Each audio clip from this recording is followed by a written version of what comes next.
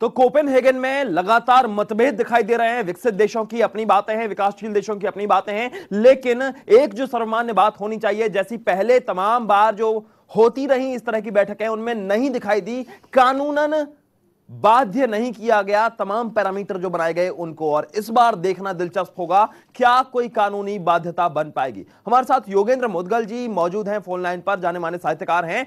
हम हर रोज कवि साहित्यकारों से बातचीत करते हैं जिससे वो भी समझा पाए जमाने को, आवाम को, कि कैसे जागरूक होने की जरूरत है। योगेंद्र जी, बहुत बहुत स्वागत है आपका चैनल वन में। हम लगातार मुहिम चलाए हुए हैं ग्लोबल वार्मिंग से बचाने के लिए धरती को। कितना जरूरी है धरती को अब बचा लेना, अब धरती के मामले पर जागरूक होना?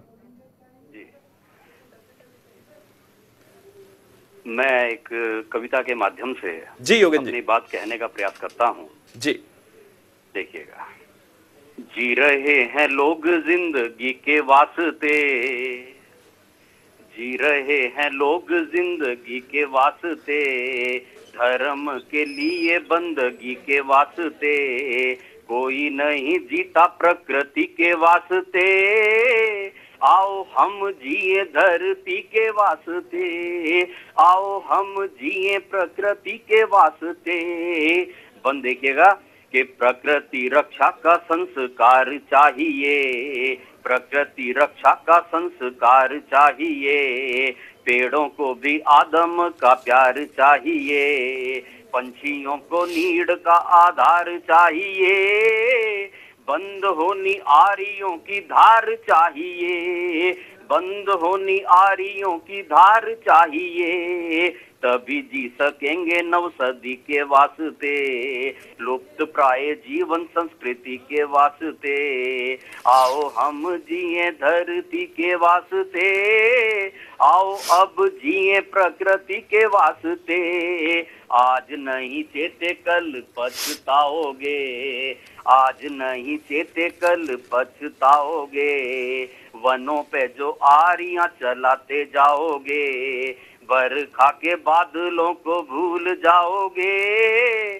पानी की दो बूंद ढूंढ नहीं पाओगे, पानी की दो बूंद ढूंढ नहीं पाओगे, तरसेंगी पीढ़ियां नदी के वास्ते, पानी है जरूरी जिंदगी के वास्ते, आओ हम जिए धरती के वास्ते, आओ अब जिए प्रकृति के वास्ते। और बन देखिएगा कि धरती तो दुख बतलाएगी नहीं, धरती तो दुख बतलाएगी नहीं, अपने कपूतों को हटाएगी नहीं, सूट बूट टाई काम आएगी नहीं, और कारें दुख बटवाएंगी नहीं, कहता सभी की जिंदगी के वास्ते, प्रतिरोध भी हो त्रासदी के वास्ते, आओ हम जिए धरती के वास्ते,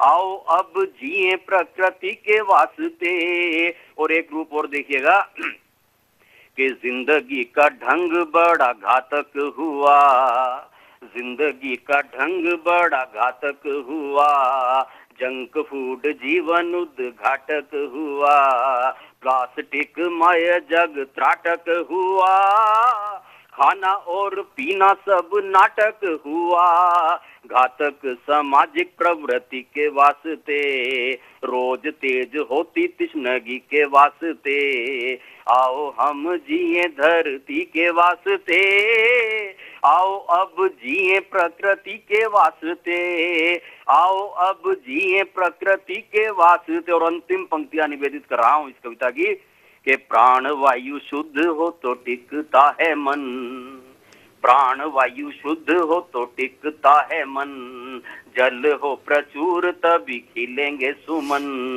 अन्न तभी चाहिएगा जब होगा तन, धन से जरूरी है जी जीवन का धन, सेहत की लय व गति के वास्ते, संस्कृति शुभम सदगति के वास्ते, आओ हम जिए धरती के वास्ते, आओ अब जिए प्रकृति के वास्ते, आओ अब जिए प्रकृति के वास्ते।